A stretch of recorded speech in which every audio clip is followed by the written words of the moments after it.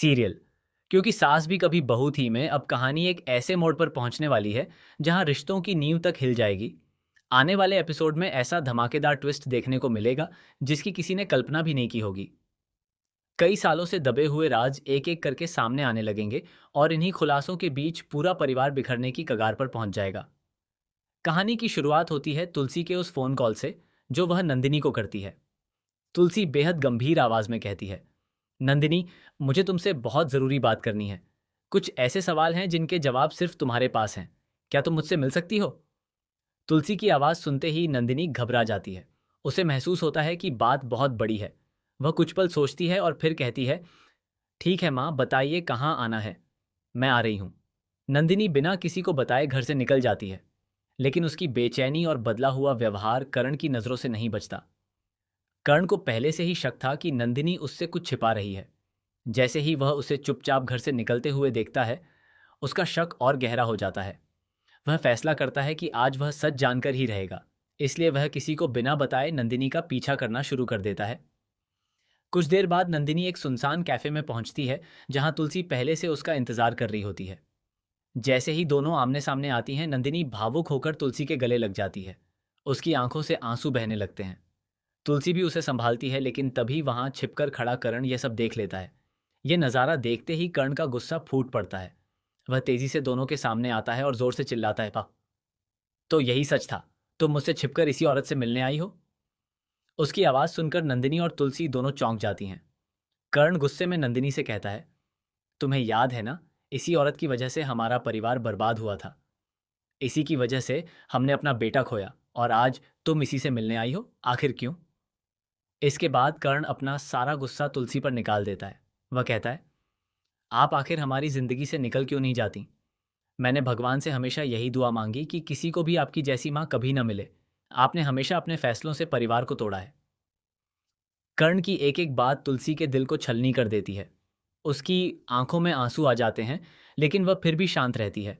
वह कर्ण की ओर देखती है और कहती है, बेटा, अगर तुम पूरी सच्चाई जानते तो शायद आज मुझसे इतनी नफरत नहीं करते। लेकिन कर्ण उसकी एक भी बात सुनने को तैयार नहीं होता। वह गुस्से में वहां से चला जाता है। नंदिनी उसे रोकने की कोशिश करती है, लेकिन वह पीछे मुड़कर भी नहीं देखता।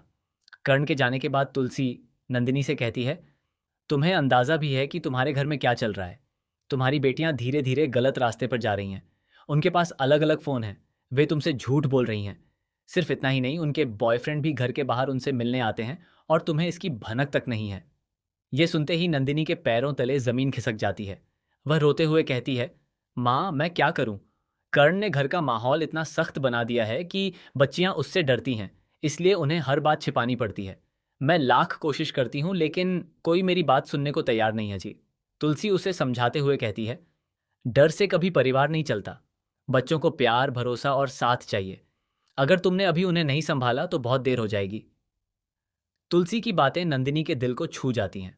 वह घर लौटकर अपनी बेटियों से खुलकर बात करने की कोशिश करती है, लेकिन तभी उसे एक ऐसा सच पता चलता है जिसे सुनकर उसके पैरों तले जमीन खिसक जाती है।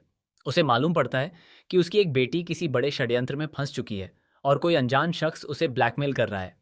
इधर करण अभी भी तुलसी के खिलाफ जहर उगल रहा होता है, लेकिन तभी उसे एक पुरानी फाइल मिलती है जिसमें उसके बेटे की मौत से जुड़े कुछ ऐसे सबूत होते हैं जो उसकी पूरी सोच बदल देते हैं।